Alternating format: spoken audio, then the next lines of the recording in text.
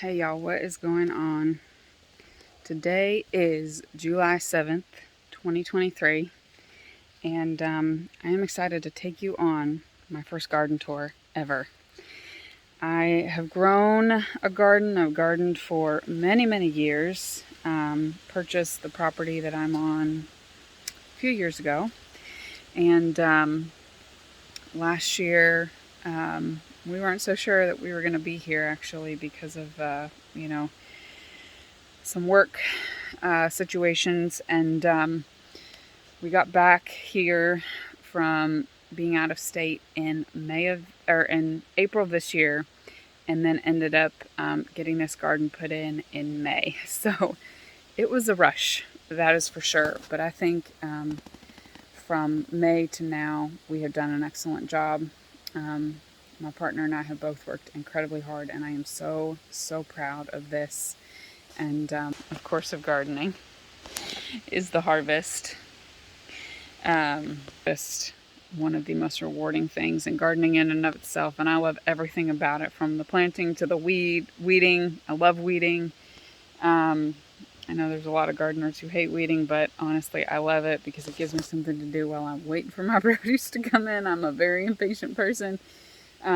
So I'm going to just take you on a tour. I'm going to try to be as concise as possible. So if I ramble, I do apologize. But I hope what this does is it encourages people. It shows you how beautiful and how amazing it can be to grow your own food. And, there's so many different varieties of so many different fruits and vegetables out there that, it's like the possibilities are endless. It's cool. It's really cool. I will tell y'all before we start this, we apparently had rain out here. We don't live on our farm currently, and so we're out here probably about 4 or 5 times a week weeding and watering, but we've had so much rain actually we haven't had to water in a really long time, which has been great. But because of how we had to clear and level the garden space, where the lower garden is, we are eventually going to end up putting a high tunnel. That was the plan all along, but again, just because of time constraints and when we got back and all of that, a high tunnel is just not in the cards for this year, probably for next fall.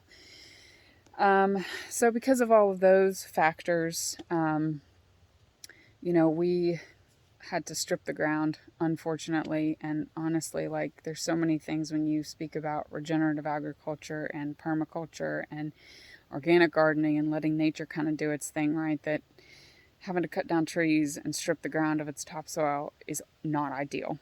However, if we hadn't done these things, we wouldn't be growing in this space, and we definitely wouldn't be growing to this volume. So, I think it's like everything else. You take your good with your bad. So we're going to go start up at the top garden, and then I'll bring you down here to...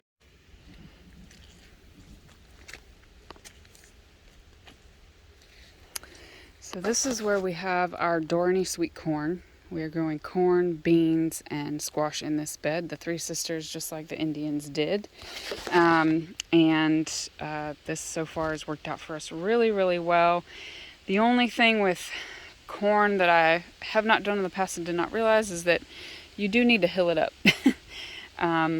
Because there's one set of roots that's kind of like the top set, and then there's a set of roots underneath that stalk that go down into the ground, and I forget what each of those different root systems is called, but they do need to be hilled up because they do need quite a bit of support. So but we, on a bunch of our corn, as you can see, we've got silks already. And we grew this much corn because we wanted to make sure it got pollinated. And then we had nice thick, nice big ears of corn to harvest. But this has been great. That's my bean trellis over there. That is an autumn zebra pole bean. And you harvest them for the beans inside. And so we harvested a bunch too early. And, you can use them as like a green bean, but what I want to use them for is actually the bean inside the pod. And you kind of got to let them, dry. Ooh, I see one right there. You kind of got to let it dry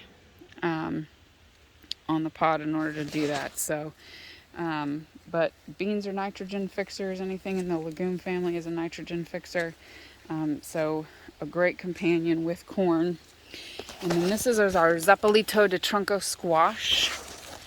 And that is growing happily in there. We've got another one starting over there. I don't know if you can see that. But that is a small, round, very closely related to like a zucchini in flavor.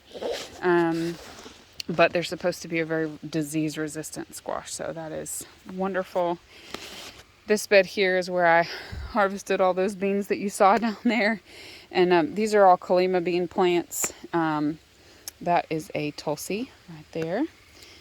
This is a random okra that I didn't have anywhere else to put, so I put there. Straw flower there, trying to take off, hasn't done that great thus far. That is the lettuce leaf basil. This right here is cucamelons, officially known as a Mexican sour gherkin. And then these are our two muncher cucumber plants where I harvested, again, all those cucumbers that you saw down there. They are going gangbusters and doing awesome. That was the first thing that we've harvested in this garden, so that's great. This is oregano here. We love using a lot of fresh herbs in our cooking, so that's been great. These are our Sugar Rush peach peppers. And they're very slowly taking off. We had a really cool spring, even in May and early June. So, you know, it's kind of taken these peppers some time to get started, but they're going to do just fine. Another Tulsi.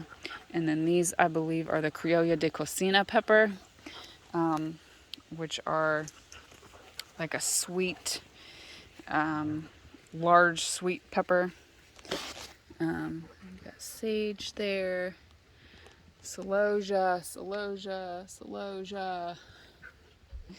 I love this bed. These cucumbers, y'all, like, they are going gangbusters. I already made pickles this morning with the ones that we harvested the other day. This, one of my favorite beds, our Amish paste tomato bed. I made trellises just out of 1-inch PVC pipe with the connector there.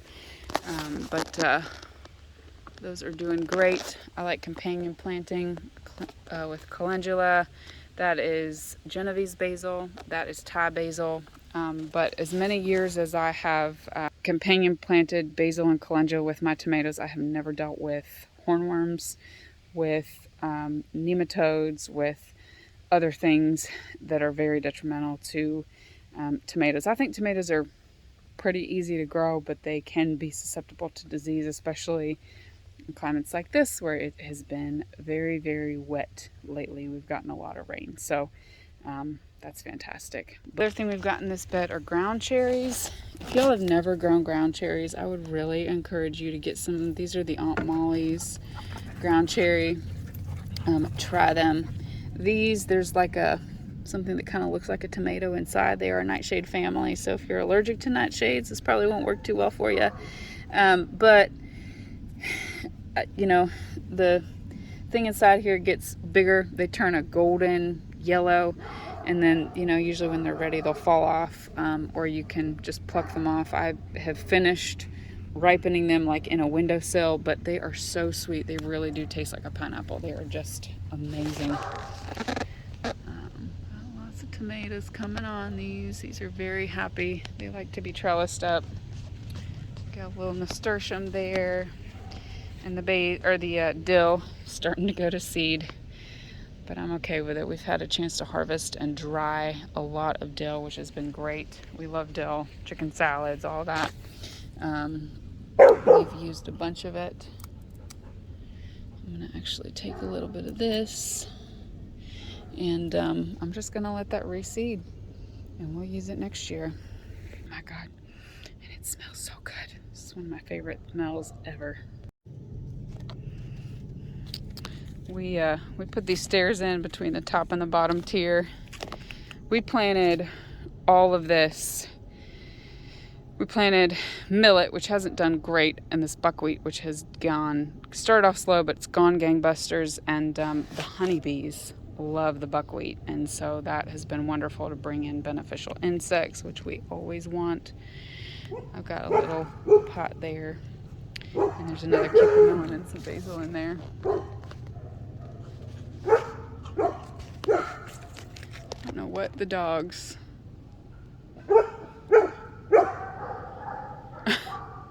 What's up, Bodie? What's up, buddy? They see something. Doing their job, doing what they're paid for. We have got, these are, oh my goodness. I've lost my train of thought now with the dogs going crazy. Honeydew melon, there you go. These are honeydew melons. Which I'm hoping will fill up this bed. I tried to plant squash, another squash in here, and it just, the seeds, I don't know, I think they were a dud. They did not want to take off, so, oh well. Let's see, this bed here, I'm going to get up on this thing so that I don't end up stepping right in that mud puddle in my flip-flops. These are all sunflowers. I just kind of broadcast. That one's starting to put on a flower, which is so exciting. And then there is a butternut squash we're growing down there. These are all more of those Kalima beans. This and this is our tomatillos, which is so cool. These are squash. I believe these are acorn squash.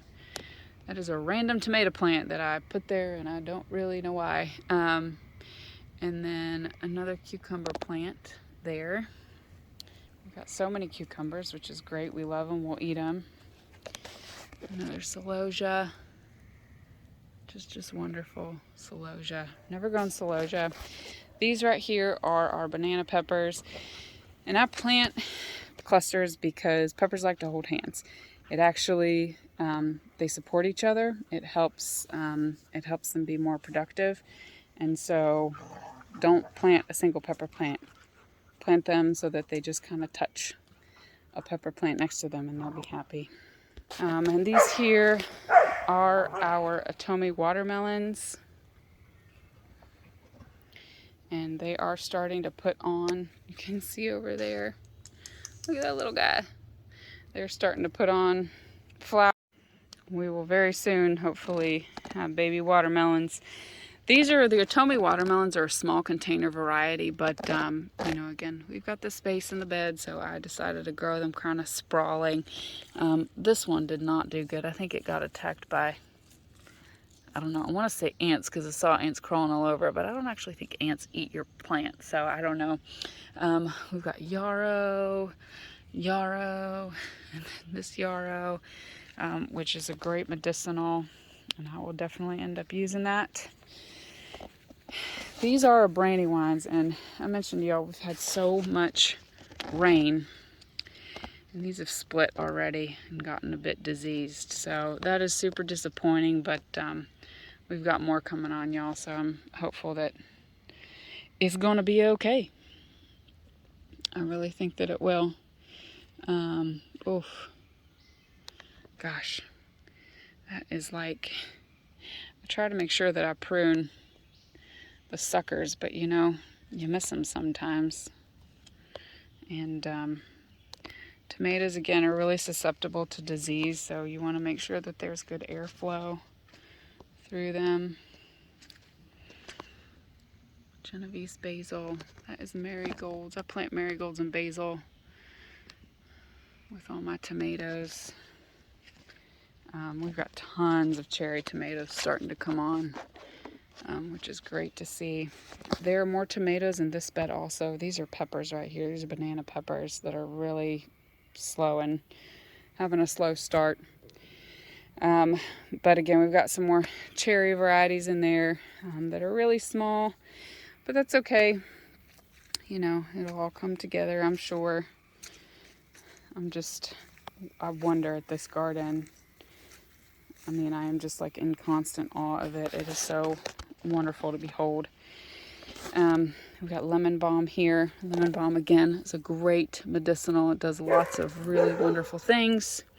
These are banana peppers that are not doing so awesome time. And then we planted baby pumpkins here. And they are doing great.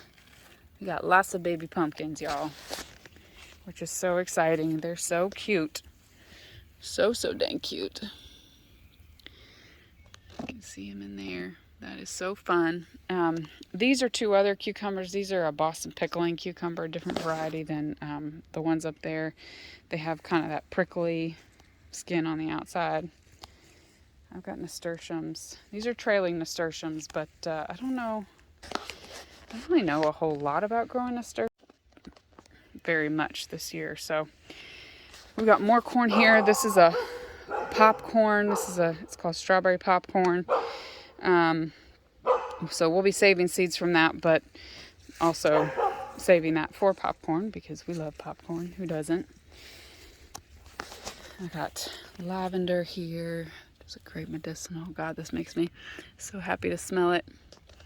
I had to buy this plant, y'all. Try as I might. I have never been able to get lavender to either germinate, or if I've gotten it to germinate, I haven't gotten it to get past like the first couple weeks after that. So it is what it is. And then we've got more sunflowers here.